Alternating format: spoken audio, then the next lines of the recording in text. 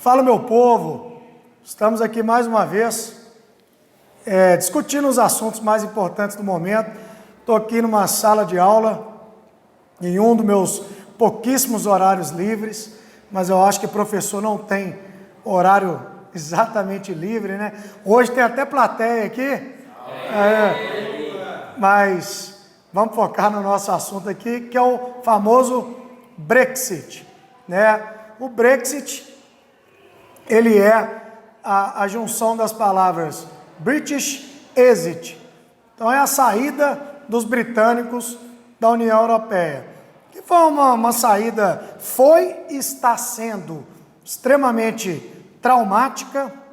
Não é fácil sair de um bloco em que o Reino Unido, né, faz parte desde a década de 70, mesmo antes da União Europeia, né, se chamava Comunidade Europeia. Então, essa união entre os europeus, ela é mais antiga até mesmo, né, do que o próprio bloco, que vinham de acordos anteriores a essa atual configuração.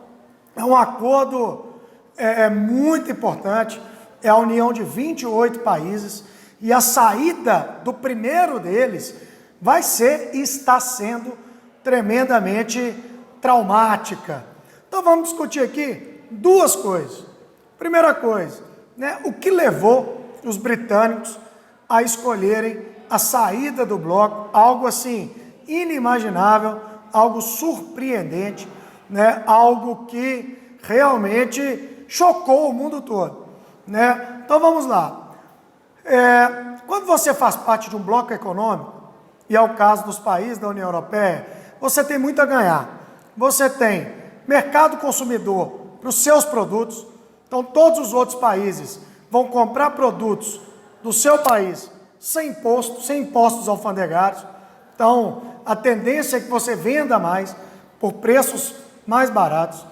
Você tem a oportunidade de comprar produtos de outros países por preços também mais baixos. Então é bom para o consumidor e para a própria indústria do seu país, que pode comprar insumos em toda a Europa, no caso da União Europeia, sem impostos. Você tem livre circulação de pessoas, que é o nível em que os europeus já estavam. Então ingleses podiam morar na França, franceses podiam morar na Inglaterra. No caso de Londres, isso é positivo. Londres se tornou sede de várias empresas mundiais e europeias. Milhares de europeus se mudaram para Londres para investir, para comprar imóveis. Quando você vai negociar com outros países fora do bloco, você negocia sempre em conjunto, então você é muito mais forte na negociação. E aí, né, com tanta coisa boa, por que os ingleses resolveram sair? Né, que foi algo realmente diferente do que todo mundo imaginava.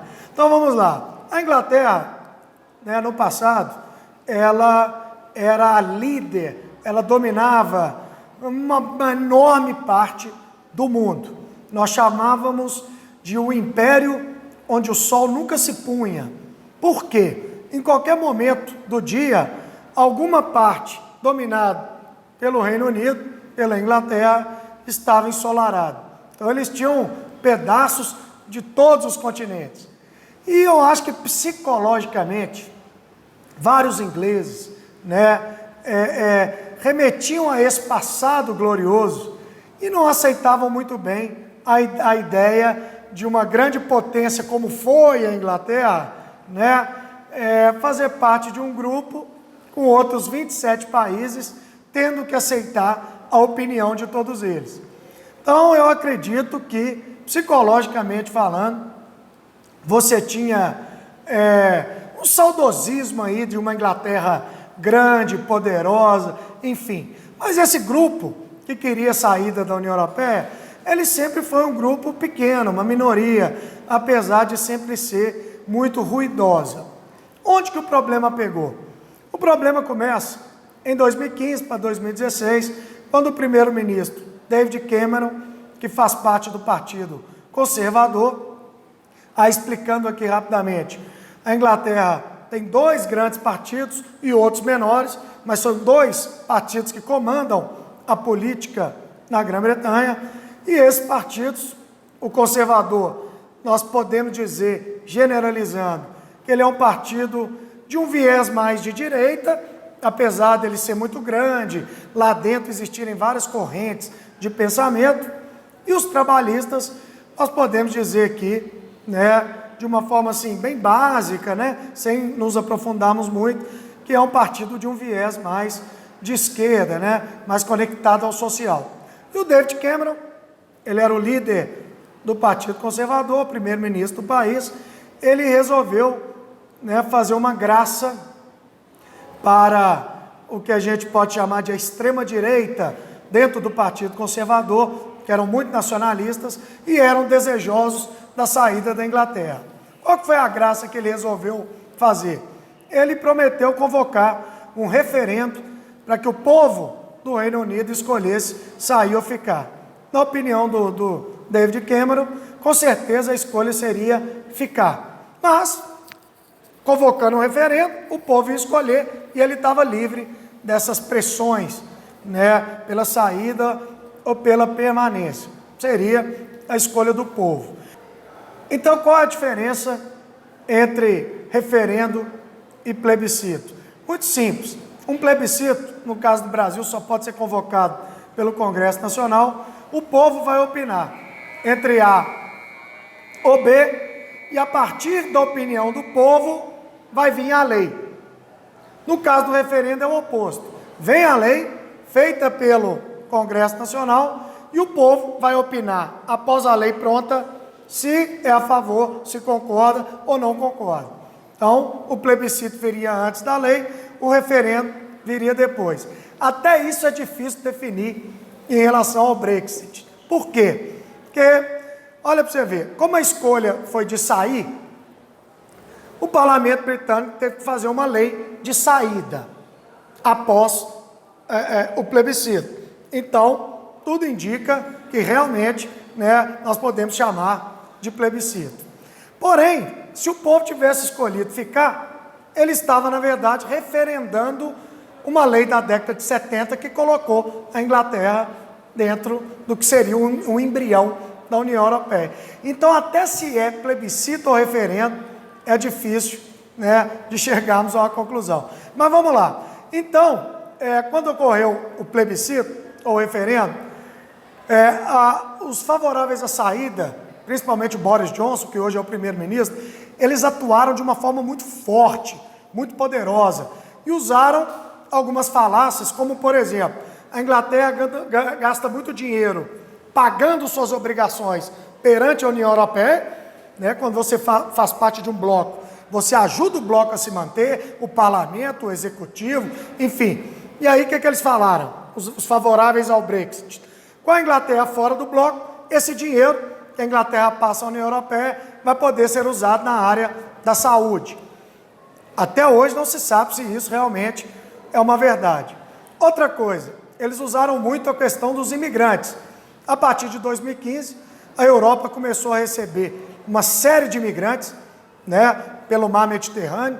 Então a Itália, a Grécia, a Espanha, a França, e multidões chegando, inclusive morrendo no mar Mediterrâneo. E aí os favoráveis ao Brexit usaram do seguinte argumento, né? Vamos aproveitar que a Inglaterra é uma ilha, ela está afastada desse problema de multidões de imigrantes, e vamos sair do bloco antes que esses imigrantes, após entrarem na Europa, batam na porta da Inglaterra. Então eles começaram a falar que os imigrantes iriam trazer violência, que alguns eram terroristas, que eram muçulmanos, que iriam tomar o emprego do morador da Inglaterra.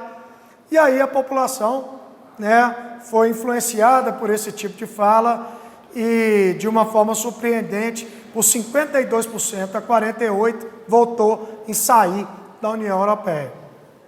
Então os favoráveis à permanência da Inglaterra no bloco, eles foram muito fracos, né? O Partido Trabalhista, por exemplo, que era favorável à permanência, ele agiu com muita malemolência, né? Ele demorou muito, enquanto os favoráveis à saída foram sangue no olho. E aí, por uma margem muito pequena, os ingleses, com medo dessa leva de imigrantes e uma série de outras falácias, votaram em sair. Eu acho que foi um grande tiro no pé, né? A Inglaterra, ela esse ano anunciou a saída, mas que ainda não é definitiva, porque tem uma fase de transição. Tem muita coisa a ser resolvida, tem ingleses que possuem imóveis em outros países, e agora eles vão ser considerados estrangeiros, então eles vão ter problemas até para viajar para lá, que antes era livre, agora podem ser cobrados em relação a visto. Estrangeiros vivem no Reino Unido, né, holandeses, franceses, como que vai ficar a situação deles? Tem a questão da divisa entre a Irlanda e a Irlanda do Norte. A Irlanda do Norte faz parte do Reino Unido, né? Saiu do bloco. A Irlanda continua no bloco. E a divisa entre eles, né? É uma questão que vem de décadas, a questão das Irlandas, é um problema seríssimo, né? A Irlanda defende a unificação, parte da Irlanda do Norte defende ficar no Reino Unido. Se você fizer uma barreira alfandegária entre os dois, você pode reacender aí ódios de décadas atrás. Então tem uma série de questões. Eu acho que as empresas do Reino Unido vão perder, elas vão ter menos vendas, porque seu produto vai ser taxado, o consumidor inglês vai perder, comprando produto mais caro vindos da Europa. Eu acho que tem muitas questões aí a serem discutidas. Para mim, é o jogo do perde-perde, né? O Reino Unido perdeu e a União Europeia também perdeu um dos seus principais membros, né? Um dos países que era uma das 5 grandes potências aí do bloco. Então, tem a questão da Escócia. A Escócia votou maciçamente em permanecer na União Europeia e o Reino Unido votou em sair. Então, hoje existe um movimento dentro da Escócia de sair do Reino Unido, né? Então, é mais um problema a ser definido posteriormente. Então, vamos ver o que vai acontecer. Eu espero ter não definido o problema, não é um vídeo muito curto, mas eu espero ter levantado algumas ideias, algum questionamento, para vocês entenderem melhor. Demorou? Então, fique com Deus. Abraço do Clebinho.